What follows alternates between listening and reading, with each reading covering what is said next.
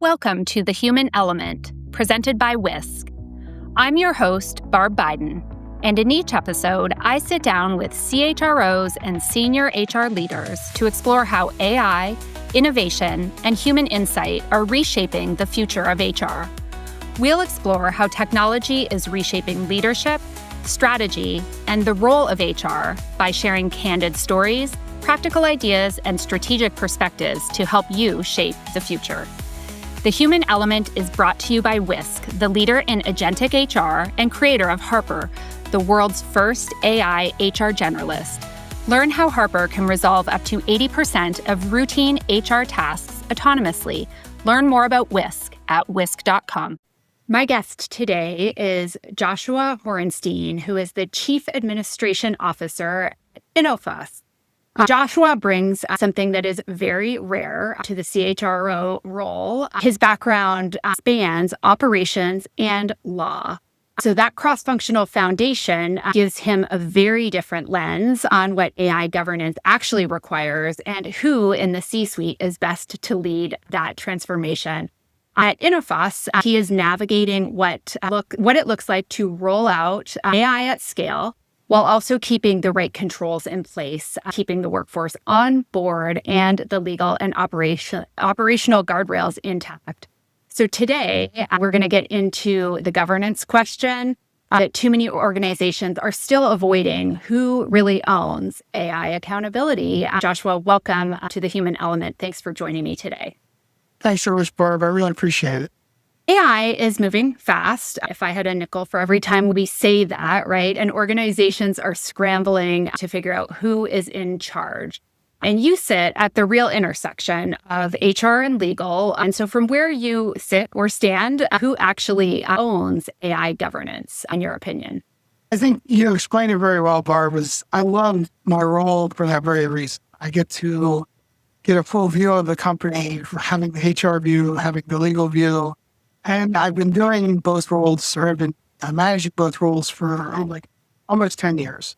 So it's really given me such a perspective on my company and all of the different aspects that go into how do you govern AI in this new and rapidly changing age, right? I would like to flip the questions on its head, right? So who owns AI or who should own AI? My first question is, what type of AI are you trying to implement, right? Is it just a broad-based, broad kind of ChatGPT, just develop Copilot, or are you looking at specific AI tools? So, for instance, my company is a food ingredient manufacturer. We have a lot of heavy industrial manufacturing sites across the U.S., Canada, Mexico. We have a plant in China. And so it depends on the tool we're looking at, right? If you're just talking about a general AI model or general tool where employees are using AI to help them use Excel or Word or PowerPoint, or they're doing typical office work, I'm a firm believer that's really an HR role. It's really, HR should be driving the conversation. HR should know the employees, know the culture, know what's going on. And then using legal, and with my background, I get the benefit of having both. I get to be able to work with both teams. They all report up to me. We all work together. We find the synergies.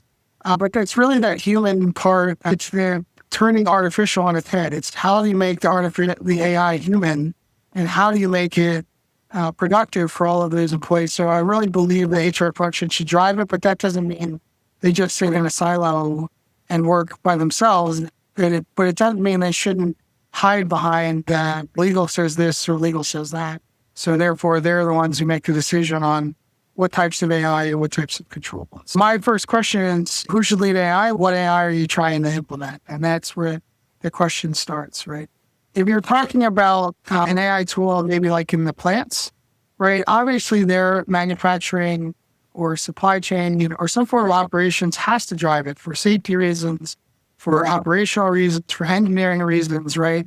But at the same token, that same supporting role the next one has to be HR, the plant, HR, business partners, the plant, our operations folks, IT, all of them have to be there to support whatever tool you're using, whether it's a maintenance tool or a safety tool, or even if it's just a simple time clock tool. You need those teams working together. Yeah, it sounds like the answer to most important questions is often it depends, right? And it depends on the context, which is totally what I hear you describing. But I also have not had a better guest on the show to help us with this. When we're saying governance with respect to AI, what do you think that actually means in practice? Help us with how you think about that. Is it policy? Is it process? People? Something else? What does governance mean? Nothing more dangerous than asking a lawyer to define something. I've got a 50-page document with 14 different sub-definitions and subparts. And so I knew who to ask. I knew you'd have a definition. So as you probably can tell, I do not like the 50 subparts and 50 different sub-definitions. I define what governance is. To put it simply, governance to me is the rules of the road, right? It's how you effectively communicate to your stakeholders. Most of the time it's the employees, but sometimes it's the executives or the board or even small family, it's the owner and the investors, right? It's how do you effectively translate and also create the rules of the road of how you're going to use these tools, right? It's no different than what are the procedures you have for taking apart a piece of equipment at the plants, right? You have to set the rules of the road. How do you start before you implement it? How do you make sure your safety checks are there? How do you make sure that controls are in place? How do you buy and purchase the tools? How do you test the tools, right? How do you then scale them up, right? So manufacturing sites are some of the best places to understand how you scale up from pilot to full functioning processes, right? So I like to think of what AI governance is. What are your AI rules of the road, right? And a company, as opposed to a big country or a big government organization, it's just simply how is this company going to use the tool? How are we going to explain to employees this is how you should use the forms, what you shouldn't use it for? These are the things we expect you to pull out of it, and these are the things we definitely do not want you to pull out of it. And then update it as you go, because in AI, 2 days from now, you may need to update this on a constant basis. So you need to be flexible enough so that you don't have 50 subparts that need to be updated every 10 minutes. You need to be, your definitions and your rules have to be flexible to create like this new technology that's so disruptive. Yeah, agility matters in terms of being able to operate at the pace that we're going to need to here. So with respect to the rules of the road, if organizations are not doing that, like they lack governance, they're not defining the rules of the road, what is the worst case scenario that plays out in an org that's not doing that? I think the worst case, I usually like to use the word reasonable worst case. So we have that in our factories and the world comes to an end, right? The worst case, right? Right. There's always the reasonable worst case scenario, right? And I think it's in two broad categories. There's, it doesn't achieve what you want it to achieve and makes it worse, right? So that's a worst case scenario, right? You implement this tool and it actually slows down productivity, annoys your employees, hurts morale, and it costs a lot of money. It's a terrible tool to implement at that point, right? The other worst case scenario is we'll call it the compliance part of the problem, right? It starts, data gets leaked or disclosed as part of that, either internally or externally. Internally is almost as bad as externally, right? So you could have all of your confidential HR files that now are available to everybody in the company, right? Because you don't send out the right IT tools that control, you haven't run your IT control audits to make sure that all of your controls are in place. One of the fascinating things I think about working at a company like mine and dealing with our IT department is some of these controls, which you assume are there, sometimes when you go back and check, they're not there because you don't have a 50-person IT team working on this stuff on a constant basis for the last 10 years. So you could have data issues. You could have somebody 5 years ago could have set a control where somebody in a certain function could have access to this folder and nobody realized it because nobody looked at the folder in 5 years, right? It's those types of controls. So I would put it in those two categories. Obviously, the compliance one gets a lot of focus because it's the one that creates those kind of movie doomsday scenarios. So like all the company's secret recipes or secret processes are disclosed on the internet. But there's also just the factor of implementing a tool that just sets you back, right? And with AI, there is a little bit of backlash you're seeing in the news and the comments online and social media. People that are pushing back on some of these AI tools is not really being safe for them, for mental well-being, for all these other things. You need to be careful on both sides. Totally. We're going through a huge period of change management. With our teams, the last thing you need is to roll out something that's well-intended but backfires, because in terms of increasing change resistance and that sort of thing, it's just not going to do you any favors. It really is, though, about balance, I think, is what I'm hearing and what you're saying, Joshua. Every organization is just trying to unlock productivity gains from AI while also not blowing up their controls completely. So the tension is real, right? Those two things feel very at odds. Walk me through how you are thinking about that balance, like moving forward with the positive benefit from AI while keeping the right level of governance and controls in place. Yes, I like to call it AI anxiety, right? We're all very anxious about our AI. And then we ask our AI, how do I calm my anxiety? And then it comes up with 6 different answers.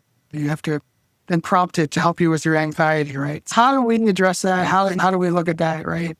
I think we're, to be candid, we're at the very beginning of this. Our company is not at the forefront of any technological change. We're an industrial manufacturing company that, not that we're completely illiterate about technology, but we're certainly not Google or Amazon or anybody on the front edges of this. So we do get the benefit of kind of seeing what other companies do and then trying to learn from their mistakes before we actually make the mistakes, right?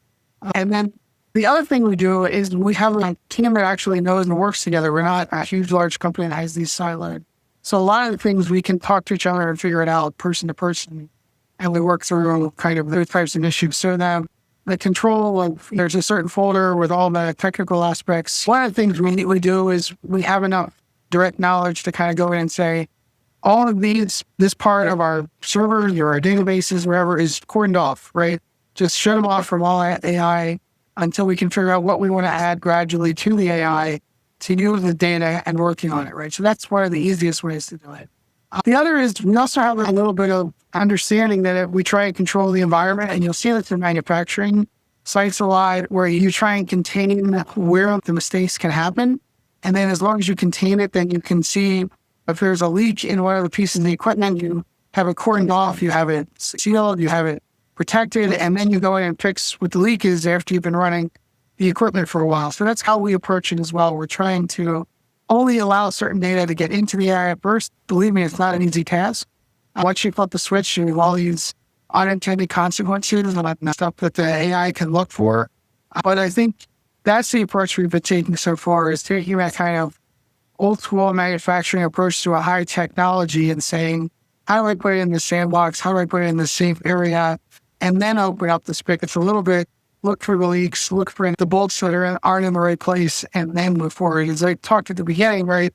Manufacturing companies know exactly how to take a small pilot scale piece of equipment and then turn it into a 10-story chemical plant, right? And they know how to run it in both situations. So it's very helpful to have those kind of folks together working on that. It's like a controlled experiment, right? And we are learning as we go. So I feel like an experiment is a maybe good way to look at it. And you're keeping some controls around that so that you can manage the outcomes and that sort of thing. So with the fact that you're wearing the 2 hats, right? The chief legal officer and the CHRO, where the CLO responsible for keeping the train on the track, so to speak. CHRO might be pushing for adoption and pace and equipping the business. Do you ever feel like your 2 hats create conflict, and how are you reconciling those 2 responsibilities? Yeah, I have been saying, if you have a problem with HR, go talk to the head of legal. If you have a problem with legal, go talk to the head of HR. Hilarious, especially in your environment. Yeah. I just turn my hat around and say, oh, what's the problem, right? I love that tension, actually. I love it for a bunch of reasons. I've actually posted a lot on LinkedIn about this. I have my 2 teams, my legal team and my HR team. Because they report up to me, that tension is worked out on a daily basis. It doesn't matter if it's AI or anything else. They work together on this all the time.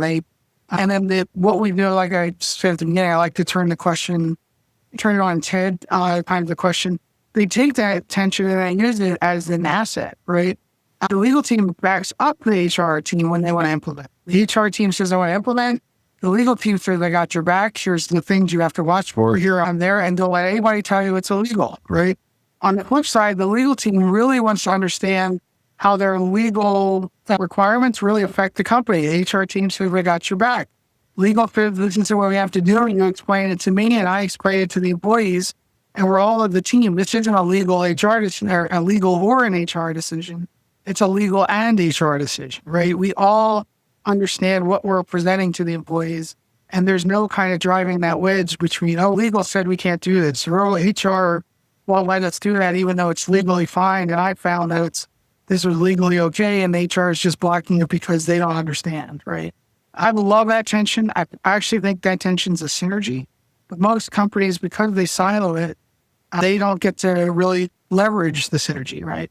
It doesn't mean you couldn't have a head of HR and a head of legal that work together and get to the same synergies. And no company is the same. So there may be specific reasons to do that, but I love that tension because it brings out the best result. If you don't have the tension and you're not trying to figure that out, then you're not getting anywhere. You're just getting a one-sided solution half the time, and then another one-sided solution the other half of the time, right? Completely. And your answer is great for those of us living in an environment where we're not wearing both hats, right? But we're maybe the CHRO, we have a GC or a chief legal officer. That relationship is critical, and that taking that tension and turning it into synergy is really, I think, quite important and highly beneficial thing in a lot of areas, but especially when it comes to AI. So shifting gears slightly, you've talked about how having an operational background and a legal background has shaped the way that you're approaching AI as a chief administration officer. At a practical level, most CHROs don't have that. What is this letting you see that maybe those of us like me who are not attorneys that we might miss? So the legal background, it just helps me cut through the jargon a lot of times, right? Or it cuts through the anxiety part. What I've seen with a lot of HR, especially when I took over and became CHRO 10 years ago, is that anxiety of, I want to do this, but I'm always afraid I'm breaking the law. Or I'm always afraid I'm doing something wrong, in quotation marks, right? And then on the flip side, there's always, well, legal is just being such a drag on HR, right? My perspective, it helps in both cases. When I'm talking to the HR team, they feel great because they know I'm not going to let them do anything illegal. I know what the legal parameters are on 9 times out of 10, or I can go figure it out much quicker than they could. And so I give them a guidance on when they have to do things and when they don't have to do things. On the flip side, my legal team loves being so connected with the HR team. They've never felt more part of the company by interacting with the HR folks who see everything. And they get to learn everything that's going on. They're better lawyers when they do this. They don't give canned advice. They don't give CYA advice. They give advice that's practical because they have this perspective.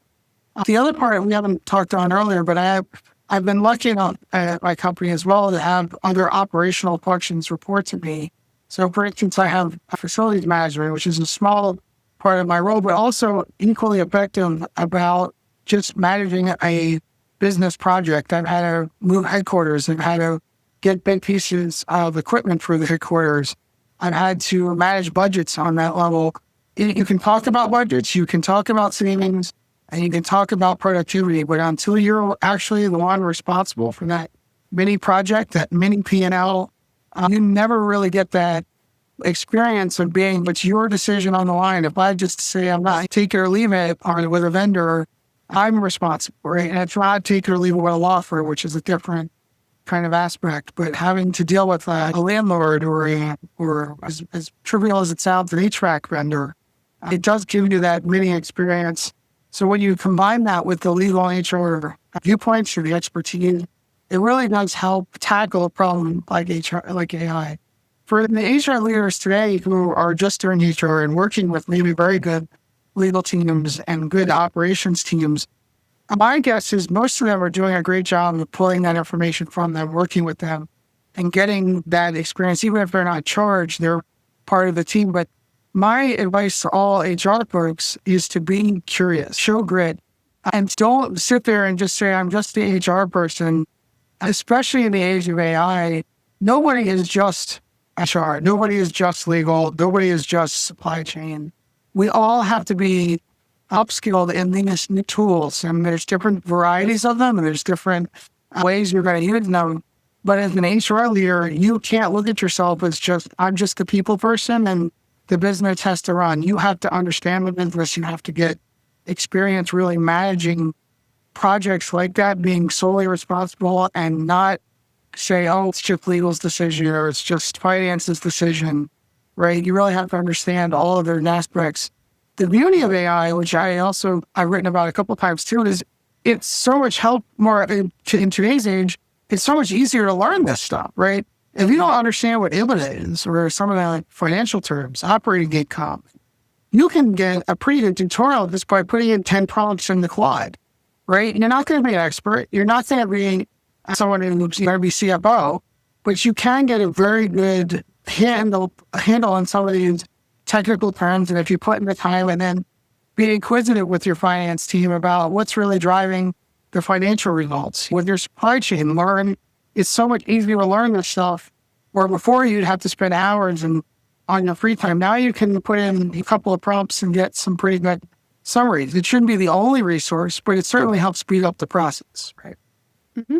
Yeah, so show curiosity, right? It does help you develop empathy and understanding of the other areas of the business. Empathy is a great guide when it comes to like being a good teammate, I think. I think that's like ultimately, that's good advice for any day, but the more interconnected our teams become as a result of AI implementation, the more and more important it becomes. You've been inside this governance conversation in a real live organization with real stakes. What are the HR leaders that you see getting this right, actually doing differently than maybe some leaders who might have a little bit more to learn?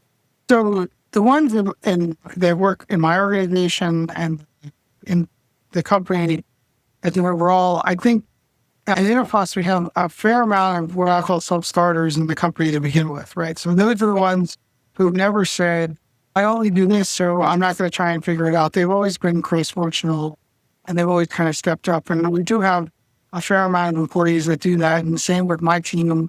I was just talking about the legal team getting enmeshed in all these different aspects of the business. They are the number one example of those types of employees that are doing that. More broadly speaking, in that broad universe of what I've seen from outside Innophos, the CHROs that I've seen are being really successful. There's some of the ones you can tell either are on their path to be CLOs or on their path to be CEOs, and they've talked about some of the broader challenges that face the company and how AI is one of the tools that solve that, right? So I don't want to name specific people off, because I know I'll forget somebody or I'll get it wrong. But the CHROs I've seen out there they talk about HR not as a specialty function. They speak of it as another one of those operational kind of operational stools in there, or pegs in the stool, right? They show how HR supports supply chain, but support is probably the wrong word. They show how HR is a part of supply chain. You can't have a supply chain without HR, right? You can't have a finance team without HR. Same reverse. You can't have a company without a finance team, right? So that kind of interaction, those are the types of people I've seen really step up. And they never say, this isn't in my expertise, so I can't handle this. I need someone else to take it over completely. Usually the answer is, I don't have expertise in this. Who can I talk to help get me up to speed and then work with me to find a solution on this, right? How can I problem solve this without having to just pass it on? Yeah, the interconnectedness, again, so important. Let's look forward a little bit, and I'm going to get you to maybe forecast the future for me a little bit, in your opinion. What do you think good looks like 2 years from now in a well-governed AI environment, in an HR team? Where are you seeing this heading? I see it. What I see as the best uses for AI is like your shadow partner in everything that you do, right? So it doesn't replace you, but at the same token, you are now doing 10 more things than you would have done 2 years ago. And that's because AI has your back on all of the tedious manual processes that you may have had as part of your job. So the easiest one for me to start with, the easiest one in HR, is probably legal, right? All of the legal technologies that have come up to help lawyers take a contract, review it in 10 seconds, and then get to the heart of what's really in the contract. They don't spend 40 hours thinking about the choice of law provision, because you can get quick answers to which choice of law is probably the best. You don't have to spend hours and hours researching it. And then you take all that information that you're getting from AI and you translate it to a human or a personal choice for your client, right?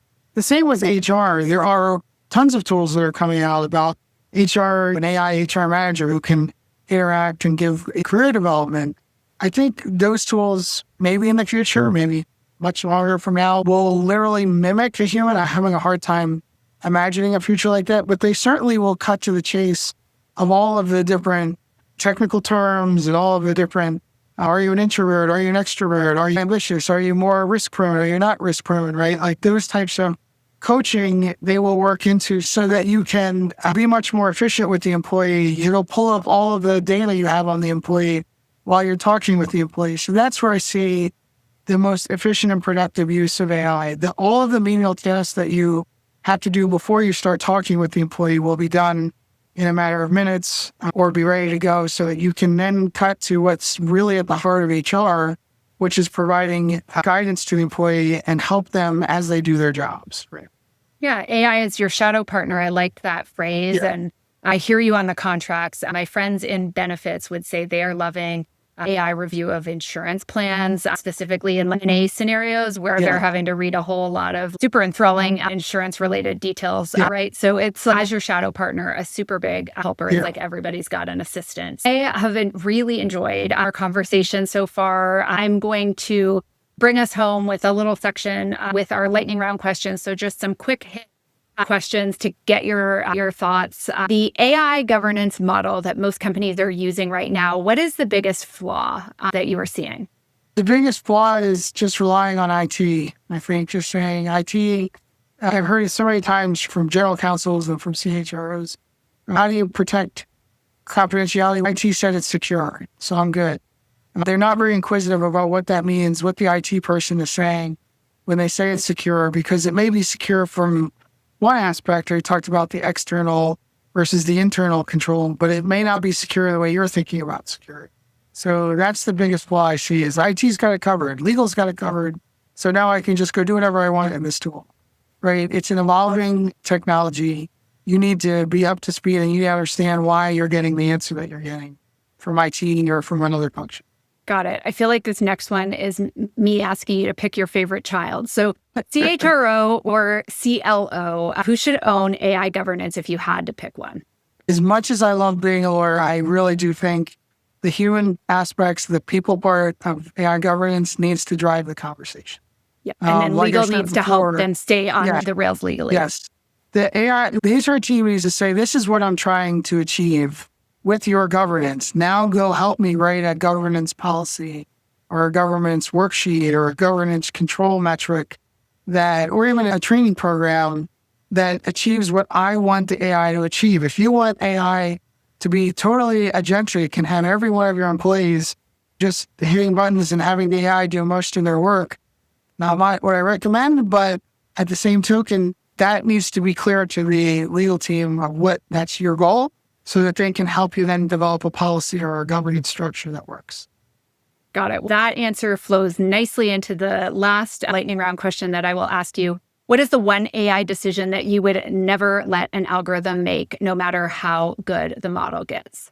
I would never let it make a human decision on, the most extreme example is I would never let it make a terminations.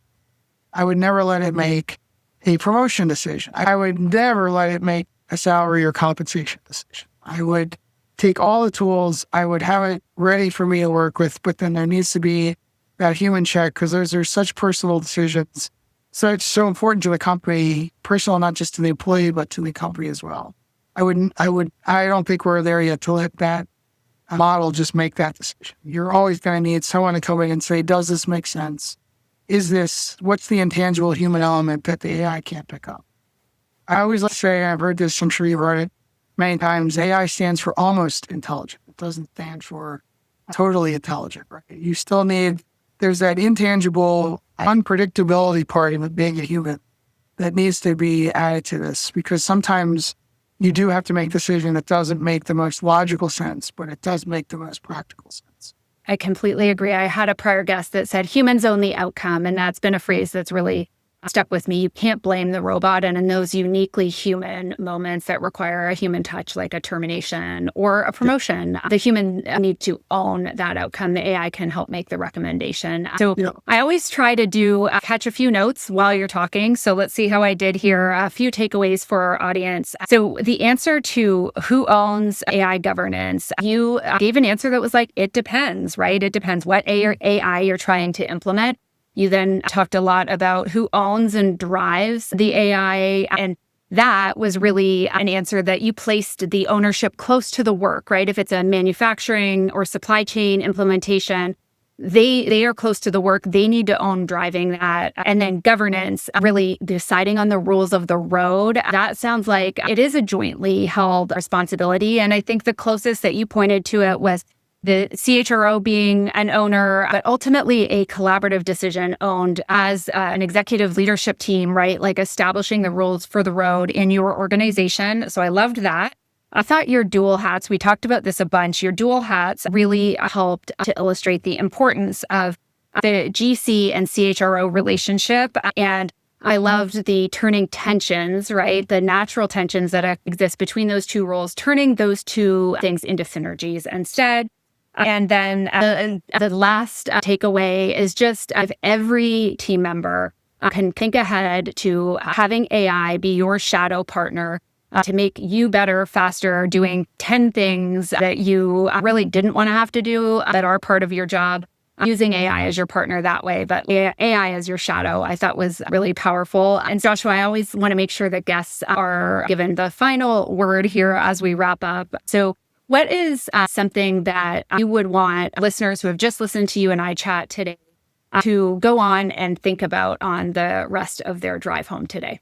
The curiosity point, I think, is the biggest. I think it's an underappreciated value by a company. I think there's a lot of very regimented, very strict kind of rule, like this is the way the company's run and you have to follow in the playbook. I hear a lot on with AI, especially again, in HR and legal tools about how to make the best playbook, how to make the best. And don't get me wrong, playbooks are important, but you should always be curious about your playbook. You should always be curious about somebody else's playbook because maybe there's something in their playbook that's good for your playbook and vice versa, right? So I think that's the drive home is the curiosity and the authentic practicality of your job, of your work I think is universal no matter what function, no matter what responsibility you have in the workplace.